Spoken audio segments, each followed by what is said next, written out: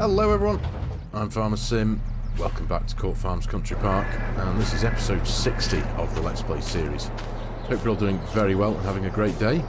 So, as you can see, this is field 100, one of the latest fields that we purchased, and I have ran the cultivator and I have ran the stone brick. I've done a handful of things off camera actually in between episodes, just to move forward a little bit. I am acutely aware that the last couple of episodes down here we've done pretty much similar stuff. We've done a lot of harvesting, but I think both episodes have started off with a couple of harvest cinematics. So for the purposes of a bit of variety, I have got the last of the harvestable fields out, all done. The canola in the field next to the grain mill there, I've done that, harvested it off camera, and it's now sat in the silo. And as I just said, we've got this field done and dusted. This was full of large stones, and because of the stone picker, the fact that it won't pick stones out of a harvested field, the field state has to be different. So I ran the cultivator all around here and then picked up the stones, and this is the last of them. So let's go and tip these last bit of stones. I think we've got about 20%, 22% of the stone picker is full, so we'll go and tip these. Now we're now in August. The last episode took place in July, and we've done alright financially. So if I can concentrate on driving and read the scribbly bits of notes that I've got lying around in front of me, in between July and August, we finished July with £197,124.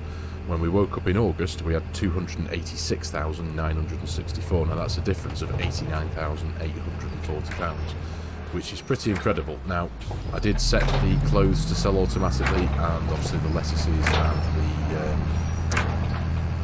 the something else is there, I think. The lettuces, yeah, the bread. That's right. That's all now selling automatically. So the breakdown of that money that I've been able to work out from what was displayed and what wasn't displayed in the top right corner of the screen when we woke up in August was essentially we received £17,300 for milk. We got a couple of £100, 225 to be precise, from the campsite. We got 38,861 of sold products. Now that covers the clothes, the bread, and the lettuces. So 38, just under 39 grand for that, and £3,200 for sold animals that automatically sold overnight. So let's just check we've got the right thing selected here. There we go. Tip you in. Excellent stuff. Right. Yeah, so that left a difference of 30,114 quid, which has come from the BGA. Now that is pretty awesome, if you ask me. We did get, before the end of July finished, we got an hourly increase in money of 1,985 quid, so that was even slightly more than what the last one was. So essentially, give or take a bit for the sake of ease, you know, give or take two grand an hour, that's awesome, and that's not even got any silage in there yet. So awesome. That's all I can say to that. Now obviously I've sorted the cows out, all the animals are fine, mucked these guys out, given them some straw, topped them up with a bit of food, harvested the canola, as I said, topped things up with water, done quite a few things off camera to be honest, just to get the place where we want it to be, because what I would like to do firstly today is fill the bunker. That's the main first job of today. The corn isn't quite ready to harvest properly, as it were, but obviously you can run a forage harvester and you can pick it up early, so that's exactly what we're going to do. Get it all tipped into our new bunker at the bottom of the field there that we installed in the last episode, and get that as full as possible. And then I shall, obviously off camera again, I will compact it all, get it covered, get it fermenting, because the sooner we get it in there, the sooner we can get it out into the BGA and earning us some serious cash, I feel. The silage bales that we've got loose in the grass field in the distance there, they're still not completely fermented yet, so I'm not going to do anything with them. I'm just going to leave them there till they are fermented, and then run around with the bale loader, pick them up and tip them into the BGA. But yeah, so that's going to be the first job of today. Get the corn out and into the bunker. So I shall gather all the machinery together. Obviously the forage harvester, a tractor and the silage trailer. And I'll join you there again in a matter of moments. And we're ready to go.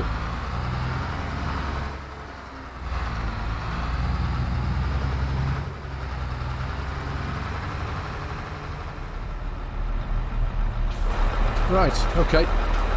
Got everything roughly where I want it to be. I'm going to run the Massey with the silage trailer this time because I've got the John Deere. I'm going to have a bit of a go with course place bunker silo mode. So because obviously the John Deere is a bigger tractor, it has a couple more tons mass to it. So I've got that sat there. I have no idea how successful that's going to be. We shall see. But either way, Massey's on the silage trailer, forage harvester in the field. I'm going to pop this into hopefully a bit of a cinematic, as I like to do. So I'm going to crack on. I'll see in a bit with hopefully a pretty stuffed bunker.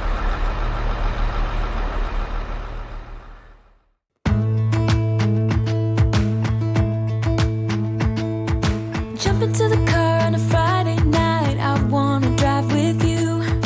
Looking for a bar in the nearest town. I've never seen a sky so blue. Doesn't matter what we do, there ain't nobody like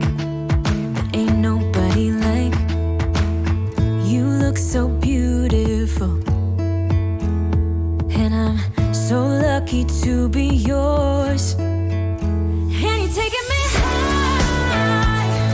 Ain't nobody like you. I'm not coming down. Ain't nobody like you. I could go 1,000 miles as long as I'm with you. Yeah, you're taking me high. Ain't nobody like you. Talking by yourself and you make me smile. I can listen all night long. I tell you about the time when I first met you, listening to our favorite song. Walking on the street when you caught my eye. Something about the way you move. No, there ain't nobody like. So lucky to be yours. And you're taking me high. Ain't nobody like you. I'm not coming down. Ain't nobody like you. I could go 1,000 miles as long as I'm with you. Yeah, you're taking me high. Ain't nobody like you. Ain't nobody like you.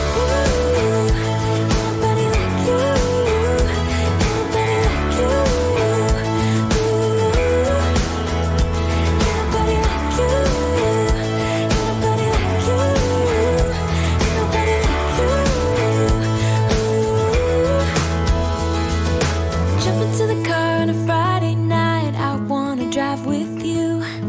Looking for a bar in the nearest town. I've never seen a sky so blue. And you're taking me high. Ain't nobody like you. I'm not coming down.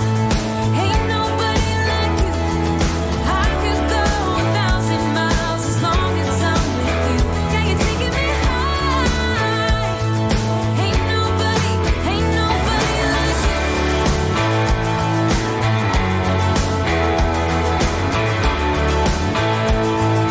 Ain't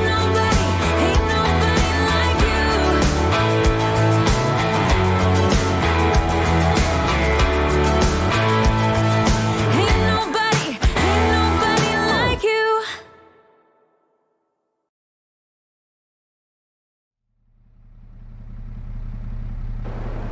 Job done. Look at that. Now, I had to just because I needed to for my own information. I've just been back to one of my older videos where we filled in that first bunker when we did the first forage harvesting in this same field with corn with the other forage harvester, the old S2200 New Holland. And we got in that bunker when we had finished 679,365 litres of chaff. And now we have exactly 689,000. So we've done pretty good out of that. We've got a slightly better yield. I'm pretty sure the bunkers aren't really that different in size. Now this is a really good bunker, but trust me to pick one that isn't quite right. I I wasn't able to run the coarse play bunker silo worker because when you go into the menus, the coarse play bunker's entrance is on this side according to coarse play. So the bunker driver was trying to drive into the wall here, just back in two, so I had to cast that idea to the side and do it all myself, which is fine.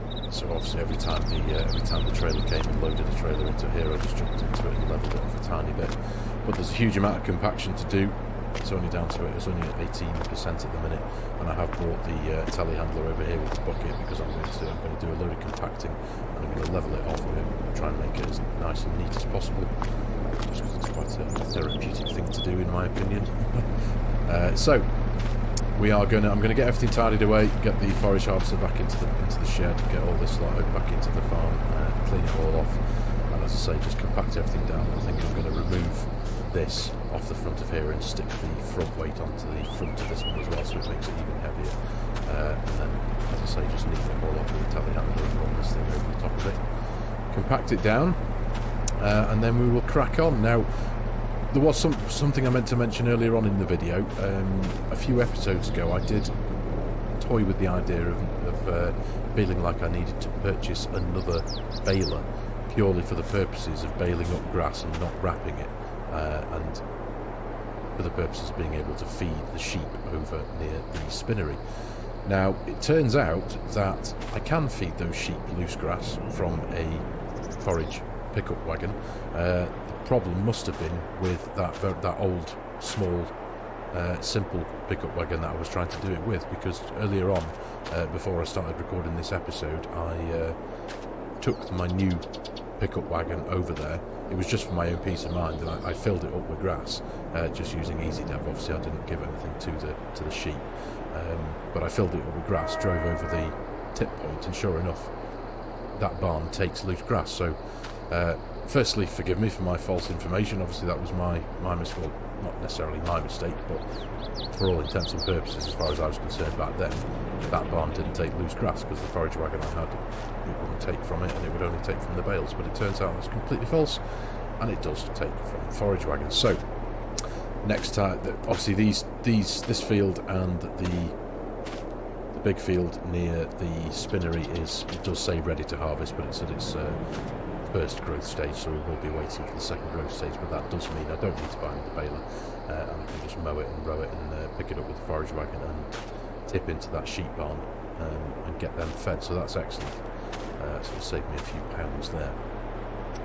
But yeah, onwards from what we're doing now, though. As I say, I'm going to get this lot compacted down and covered over, and we also have 7 fields to mulch. Obviously I've done this one over here, as I said before, off camera. Got this one stone picked and cultivated, as it were.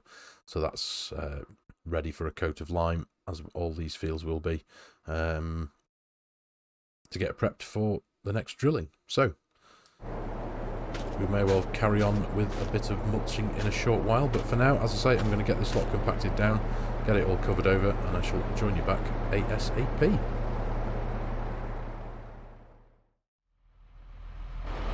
There we go, all compacted down. Now, all in all, after the job's done, we have got 688,968 litres of chaff. So, awesome. Boom. Blanket. Done. Really happy with that. Nice and smooth and compacted and OCD'd, as it were. It has taken a while, but as I said before, it's quite a therapeutic thing. I did use the leveller for a little while, but it's quite cumbersome to use, I find. Whether I'm doing it entirely wrong, that's probably the case. But I used my telehandler with the bucket, drove it up here and kind of levelled it off with the bucket and just tipped into the places that was needed topping up. And then stuck the weights on the back and the front of the John Deere just to increase its mass by as much as I can. And mindlessly drove back in too for about 40 odd minutes until it's 100% compacted. But job done. So just a waiting game now until this is all fermented, and then we will literally put everything from here straight into there, and hopefully make a really, really good hourly income from that. Now I'm obviously thinking on about how to keep this topped up. Not too sure yet whether I do plant another field of corn. If I actually have a look into the crop calendar, we're a good few months away from planting corn yet, so we're actually a month away from harvesting corn, but obviously because of the foraging, we can take advantage and get that done ahead of time. So, anyway, onwards from what I was mentioning before regarding the sheep pen over at the spinnery. Now, obviously, as I said, I can now give them loose grass with my forage wagon, but I don't have anywhere to store the loose grass. At the minute, I don't have a multifruit silo. The silo that we have here is just for base game stuff. So, I'm going to need to do that later. Now, I do have one in mind. It's very cheap. It's only £8,000. It's got a capacity of about 150,000 litres, which isn't huge, and it is technically, it's like an American-style one. If I pop into the construction menu very quickly and show you the one I've got in mind. It's one I've used before, not on a series, but I think back in the early days of Calmston. But it's this thing here, as I say, £8,000, give or take a bit of landscaping. But it's part of a pack, so I don't know if I can mess around with the capacity of it. It'd be great if I could. I might actually have a little look at that, actually thinking about it. But I need to think of that, because if, for example, I use the grass field that's over by the sheep pen at the spinnery, that's going to be entirely for keeping the sheep fed. That field is obviously going to produce a lot more grass than what the sheep pen can hold, so I need to put that grass in myself and just pop the sheep up from it. So we're going to go and do that right away now, just thinking ahead and getting planned into the future before, because that grass is almost ready to harvest. As I say, it's at the first growth stage at the minute, so we'll wait for a second and we're going to get that done in the next episode or so. So I'm going to take this back to the farm, drop off the weights, and we'll have a quick trip over to the spinnery side of the map right over there, and have a little bit of a landscaping session.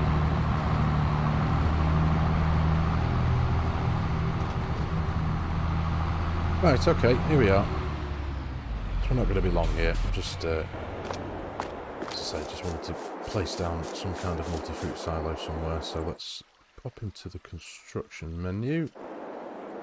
Silos, there we are. So, I don't want it to be too intrusive. I don't want to be taking up any of this. I don't want to be putting it in this field, obviously, like I did with the other one over at Home Farm. It'll fit nicely there. And it will also fit relatively snugly there. And the refill circuit, I've got an auto drive circuit that runs kind of, well, it goes right the way around here. So I could loop it in so that the tractor and trailer could just essentially just loop round on itself, filling up. So yeah, I reckon we'll place down here somewhere. I think this end needs to be more important, doesn't it? Because I don't want to be pushing through that hedge, but if we call it about there.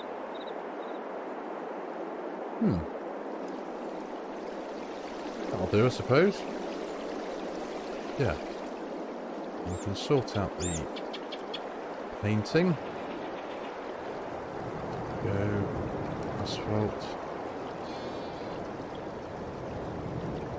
Good that. There we go.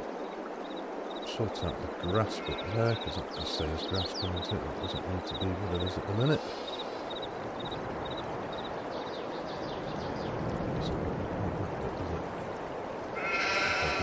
That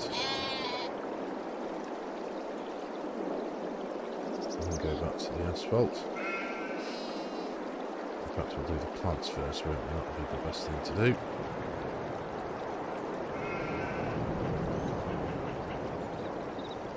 Go into asphalt.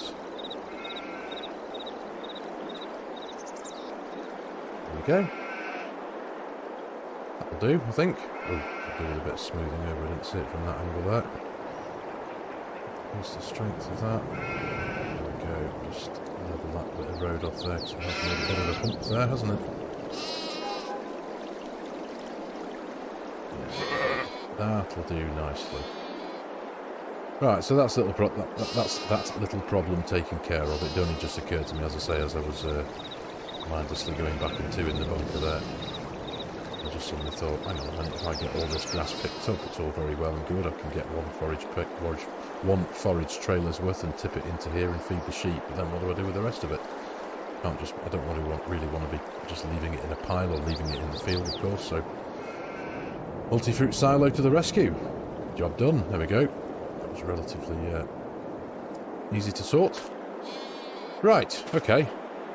Now we've just got to wait for this grass to get to the second growth, and we'll be over here with the mower and the forage trailer and get that sorted. So, now I did toy with the idea of buying another tractor, just a little one, and a trailer, and having those two bits of equipment over here purely for the purposes of feeding grass to the sheep. But trying to think sensibly, even though I do have a huge amount of money, and we're going to carry on getting a huge amount of money. Well, let me know what you think. Should I? I mean, I'd probably be looking at an investment of about 100 grand. Just to save me a bit of time and a load of driving back and two across the map, because it is, obviously, this is as far away as it can be from our current farm almost. But yeah, just for the purposes of filling the sheep up, because these don't have a huge capacity. They do go through their food reasonably quickly, so it is a regular occurrence having to come over here and fill up the food. So I suppose before I do anything like that, let me know what you think in the comments, ladies and gentlemen. If you think I should just buy a nice little cheap tractor and trailer just for doing that thing, let me know. We shall see. I did have my eye on a little New Holland thing, so maybe not. Anyway, right, job done. So let's get back over to home farm, and I think the jobs now are potentially maybe selling a bit of wool, because the spinnery is still absolutely chocker. I don't really know what to do about that really. In that if I go into the production systems menu, there we are. We're still 43,313 litres of 45,000. So I could fill it up again and sell the wool, because there's nothing I can do with it, is there? I can't put wool directly into here. I just need to put wool directly into here.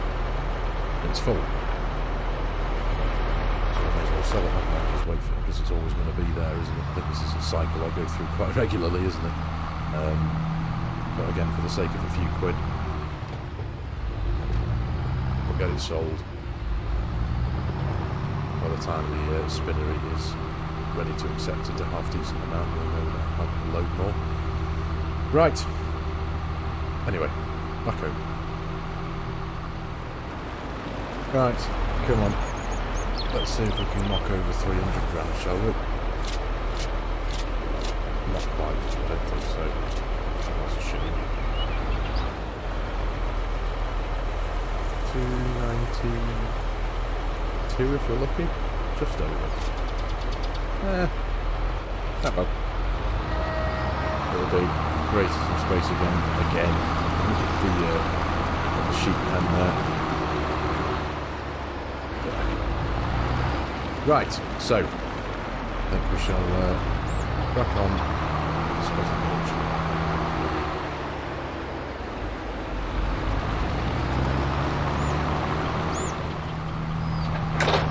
I knew there was something I hadn't done.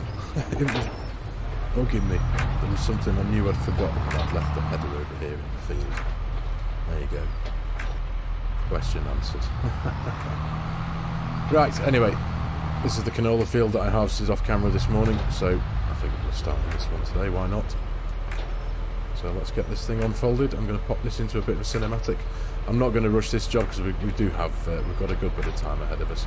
We can get a canola planted again in this current month, but again, as I like to do a bit of crop rotation, with this having been the canola field previously, we'll be popping canola into a different one.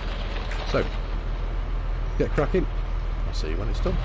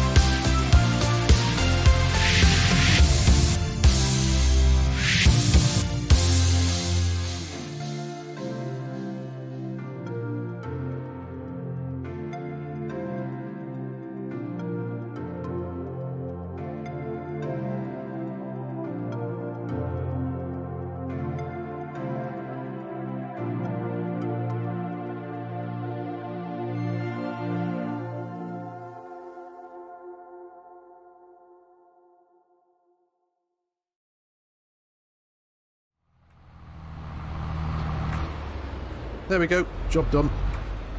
The first mulching of the year has been done. I've got a few more fields to go, of course, but for now, that one's going to do. So, back to the farm. Now, another one of my ponderings, my musings, as I do when I'm doing all this field work,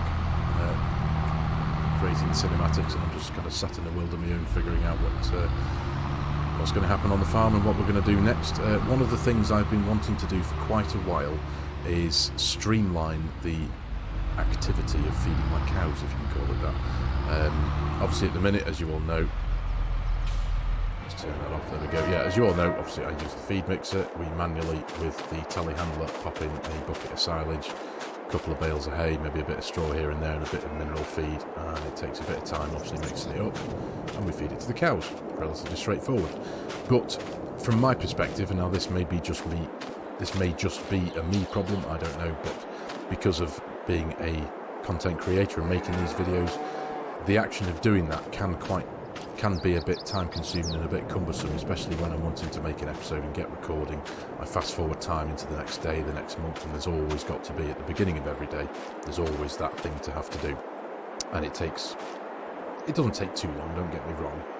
Maybe I'm a little bit impatient, but it takes X amount of time to do that. And if obviously I don't want to start the recording on a video knowing that my cows haven't been fed or that their health is reducing. Obviously they are a massive part of the income of this farm when it comes to their milk, etc. And obviously the manure production, the slurry production is now a big part of it. So to keep their health at 100% is very important for me. But, as I say, I've been thinking about the whole concept of streamlining the feeding. Now, in order to do that, I've been keeping my eye out for mods that essentially feed mixers, stuff that I can put all the products into and get it working away in relatively large capacity, so that I can just turn to it with a tractor and trailer, pick up a trailer of total mixed ration, and off I go. Feed, done, you know. It does make it that little bit easier. So, the other day on the mod hub, I did notice a new mod that was released. Now, this is by a modder called Aka Designer. Obviously it's a total mixed ration production factory facility. It's not very big, but it kind of caught my eye. A, because it's green, and B, because it kind of looks like it will suit my needs, and it will suit the design of not to say the design, but it will suit the farm. So, with that in mind, it costs 50 or 55,000. In fact, do you know what? I'll pop into the construction menu and show you the one I'm talking about. Productions. There we go. Yeah, so it's this one here, compound feed mixer. So, it's not too imposing. It's not too big. There are a couple more. Don't get me wrong. I have seen a few feed mixers out there. But this one kind of caught my eye. This one looks like it. I think I could.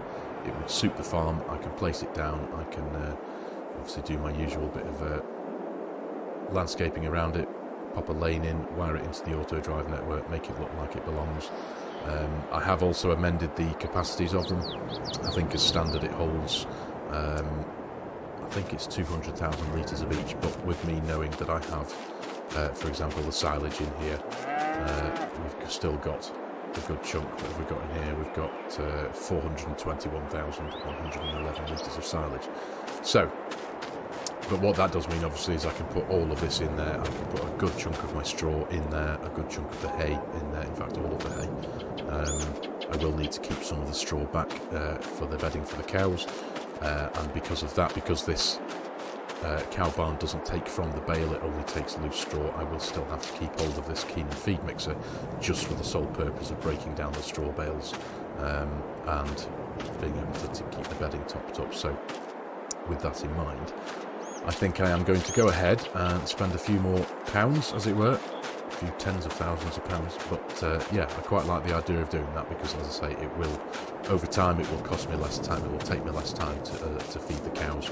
And obviously I can empty that bunker and pop it all in here, and then maybe in the future, if I get more cornfields planted, I can certainly carry on with the filling of the bunker, fill it up, get it fermenting away, and essentially spread it between the two, so I can keep the feed mixer topped up, and I can also keep the BGA topped up as well. increasing our hourly income. So I think it's going to be a good idea. I very much like the idea of it, as I say, whether it's selfish reasons, obviously just saving me a bit of time when it comes to making these episodes, but I think that's what I'm going to do. So I'm going to pop the camera down again for a few moments, and I'm going to have a little bit of a session placing down this feed mixer, having a bit of a landscaping session. I shall see you all ASAP.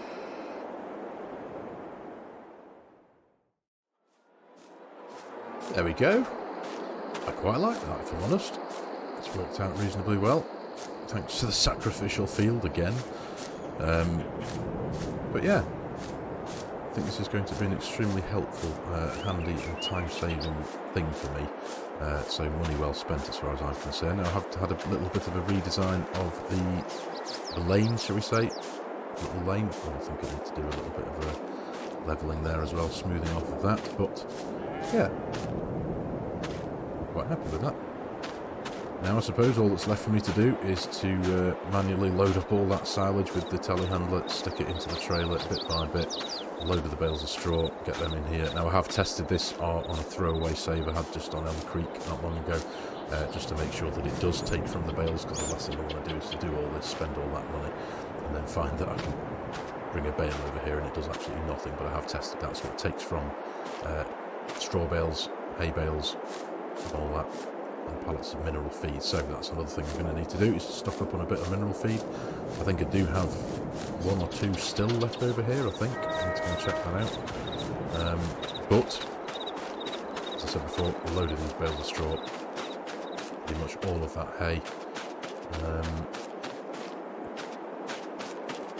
No, haven't got any other. It's fertiliser, right? Okay, so we'll have to do a mission down to the shop. Now I do still have these seeds to get rid of manually first. Obviously we've got the seed production happening over there and the fertiliser, so we'll be using these up first, all of it. I suppose once that's done, I might be able to repurpose this shed as well, and but that's something for another day, isn't it? So the work continues. But I am going to be doing all this off camera and in between episodes, because it is going to be quite a time-consuming, laborious process going back and two with the telehandler and whatnot, switching the bucket to the bale fork and such. But yeah, quite like that. Looking all right. Let me know what you think in the comments, ladies and gentlemen. But yeah, I think it kind of suits it does suit the farm. It was actually the colour of it that caught my eye when I saw it on the mod bob. It's a very similar dark green to Lanzabilly's shed pack here, so I kind of thought it would fit right in. And obviously I've popped a couple of trees around it just to make it look a bit more like it's been there for a while. So yeah, happy with that. Right, okay, so I think I am going to call it here for today's episode, ladies and gentlemen. I do hope you found the episode fun and a little bit interesting. As always, if you're new to the channel and you like my content, you like the way I'm doing things, please consider hitting that subscribe button, giving the video a like if you can, because doing that does do wonders for the channel, helps the YouTube algorithm do its thing.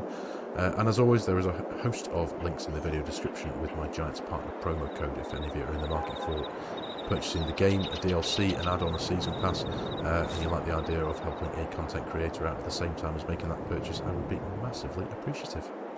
So take care everyone, thank you very much for watching, and I shall see you in the next episode.